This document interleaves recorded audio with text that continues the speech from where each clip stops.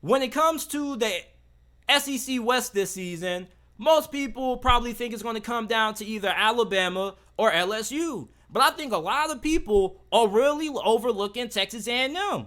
And yes, I get it that Texas A&M is coming off a really disappointing season. They didn't even make it to a bowl game. But let's not act like Texas A&M doesn't have talent. Texas A&M has been recruiting at a really high level under Jimbo Fisher over the past couple of years. They've been having that NIL going, and they've been dropping that back. And you know they got plenty of money down there in Texas. So the least of my concerns is, does Texas A&M have the talent to win the SEC West? Because they do. Hell, they were really bad last year, and they only lost to Alabama 20-24, and that was on the road in Tuscaloosa. They upset LSU last year, and yes, I get the fact that, Texas A&M was probably a little bit more amped up going into that game than what LSU was, because that pretty much was Texas A&M's bowl game. That pretty much was their Super Bowl. But Texas A&M, going into this season, they have more than enough talent to be able to win the SEC West. All they really needed was an offensive coordinator. Jimbo Fisher, he lost his flair as a play caller. So he goes in and he hires Bobby Petrino. And I would be extremely surprised if Bobby Petrino isn't the guy calling the plays. This guy has more years coaching than most of you guys watching this have been alive. This dude is a damn good play caller.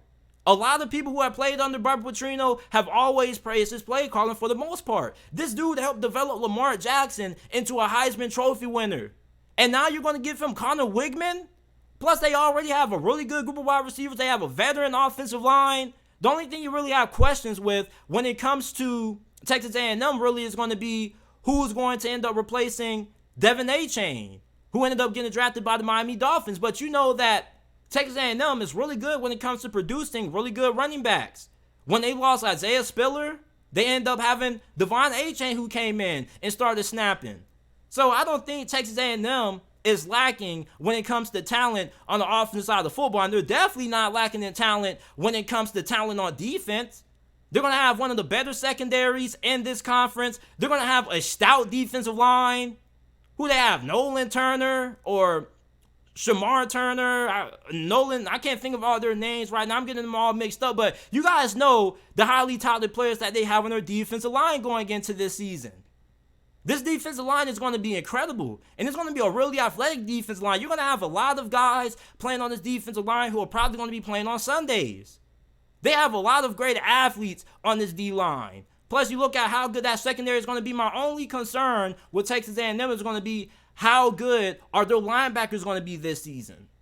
And when it comes to Alabama and LSU, those two teams aren't perfect. They're not flawless. They have some huge concerns. Alabama doesn't even know who the hell is going to be playing quarterback.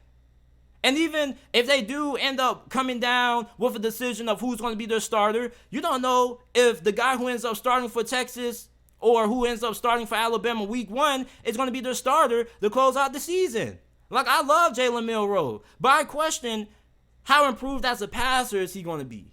At least for Texas A&M, you don't have as many concerns that LSU and Alabama have. For LSU, we don't know how improved their offensive line is going to be this year. Their offensive line was god-awful.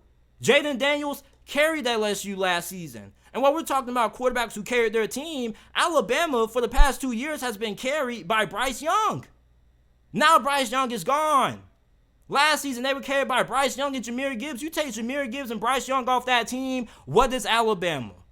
Do they escape Texas without Bryce Young and Jahmyr Gibbs? Do they only have 2 losses if they don't have Bryce Young or Jahmyr Gibbs? Because the past 2 years of Alabama football has not been all that great. If Nick Saban, he brings in a new coaching staff, you bring in Tommy Rees, who is a really promising offensive coordinator, but I have way more confidence in Bobby Petrino than I do Tommy Rees.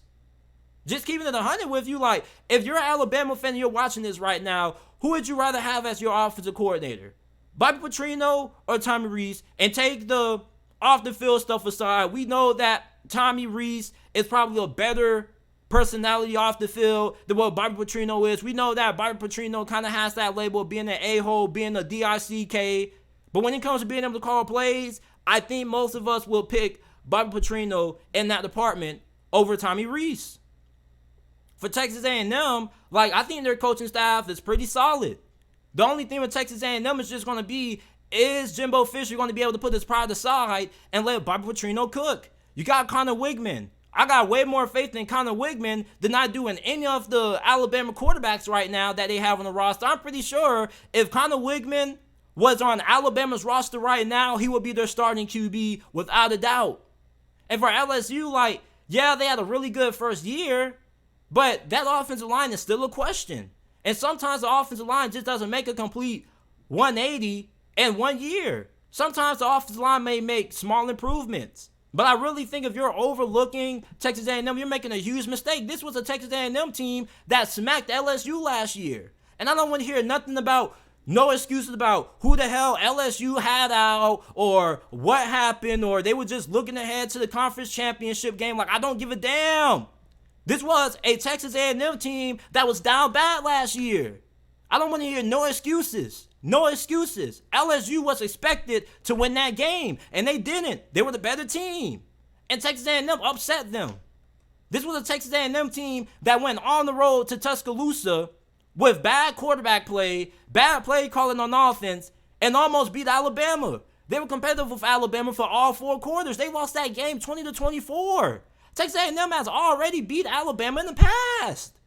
Like, a lot of y'all are really sleeping on Texas A&M. Like, they returned 82% of their offensive production from last year. They returned 77% of their defensive production from last year's season. This is going to be a team that has a lot of talent and a lot of experience. Your only question is, can they stay healthy? And if they do deal with some injuries, do they have enough depth? That's really your only concern. And when you look at Texas A&M's schedule going into this season, they got 3 guaranteed wins. They play New Mexico week 1. They play University of Louisiana Monroe, and they play a school called Alabama Christian. I don't know where the hell that's located, but they just play a school called Alabama Christian, so they should be able to win those games. I don't think we're going to see an Appalachian State kind of scenario this season with Bobby Petrino at the helm at QB. Now, their key games are going to be going on the road to play Miami. I'm a Miami Hurricanes fan, and I expect Texas A&M to win that game. I don't have too high expectations for the Hurricanes this season. Then you got to play Auburn at home. Auburn, even though Texas A&M has a way better team than Auburn, they do have Hugh Freeze. You can never overlook Hugh Freeze, man. Like, this dude is really good at scheming things up offensively, and he's really good at being able to get his team motivated in big games. So you can never overlook Auburn. Then you got to play Arkansas. Arkansas is a team that definitely could surprise some people this year. They're more than capable of being able to win 9 games and being able to compete for the SEC West this year. Then you got to play Alabama. You play them at home. You narrowly beat them last season in Tuscaloosa. So with you playing them at home, you got a really good chance of being able to win that game. Like, I really don't think Alabama is going to be this juggernaut that a lot of people think they are. I think that Alabama has way more questions than what a lot of people think. Yeah, we give them the benefit of the doubt because they got Nick Saban, but we act like the rest of this division hasn't caught up a little bit to Alabama. Not saying that Texas A&M is on the level of Alabama right now, but that doesn't mean they can't be. They beat Alabama in the past, and they nearly beat them last season. And then after they play Alabama, they got to go on the road, and they have to play Tennessee, and I think that's probably going to be their second biggest game of the year outside of playing Alabama. And then they head into their bye week. They got to play South Carolina. They play them at home, but you already know what Shane Beamer and company do. You can never overlook South Carolina. Beamer ball is something real serious. Spencer Rattler was going crazy against Clemson. He was going crazy against Tennessee. He was going crazy against Notre Dame and their bowl game. Spencer Rattler, they might have caught fire. He might have caught fire. They returned their OC from last season. South Carolina may be a little something special this year. Don't overlook them boys. You got to go on the road and you got to play Ole Miss with Lane Kiffin. I think this is probably Lane Kiffin's most talented team that he's had in the past couple of years that he's been at Ole Miss. But you still don't really know how good their defense is going to be. Like, I was arguing with one Ole Miss fan who was talking about some, man, just because we got Alabama's defensive coordinator doesn't mean our defense might not improve all that much. Like, there's a reason why Nick Saban didn't retain that defensive coordinator. And then you got to play Mississippi State. I think you should be able to win that game. I think they're going to have a pretty down year. And then you got to go on the road to Death Valley to play LSU. So your 3 biggest games this year, Alabama at home, on the road against Tennessee, on the road against LSU, and at home against South Carolina. I think the ceiling for Texas A&M possibly could be 11 wins. The floor for Texas A&M is 8 wins. I think Texas A&M has a way better chance at winning the SEC West than what a lot of people are giving them credit for, man. Like, these boys have some serious talent on this roster. Like, last season, according to 247 Sports Team Talent Composite Rankings, they had the 4th or 5th best talented team in college football last season. And I don't think that's going to change all that much this season when you look at how well they recruited over the last couple of years. And even though I can't remember all the names probably of their defensive linemen, I probably should have wrote it down before I started recording. Like, their defensive line is going to be absolutely phenomenal this year. And I'm not saying that Alabama and LSU aren't going to be good, but I'm just saying that a lot of people are giving LSU a little bit too much credit and forget that Texas A&M beat these boys last season. A lot of people forget that Texas A&M went on the road to Tuscaloosa in a down year and nearly beat Alabama 20-24. Like, imagine if Texas A&M would have been able to pull off the win in that game.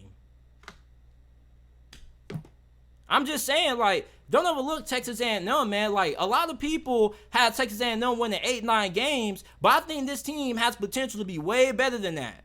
I wouldn't be surprised if Texas A&M ends up winning the SEC West. Like, a lot of people think that this division is coming down to Alabama and LSU, when I think Texas A&M is most definitely going to be a factor, especially if Bobby Petrino doesn't have to fight over play calling duties with Jimbo Fisher. As long as Jimbo Fisher can keep his hands out of the cookie jar, I think that Texas A&M's offense is going to be really good this year. When you look at how good their defense is going to be, I think they most definitely have a chance at being able to win this division and being able to win the SEC West and going to Atlanta and most likely facing Georgia in the SEC championship game.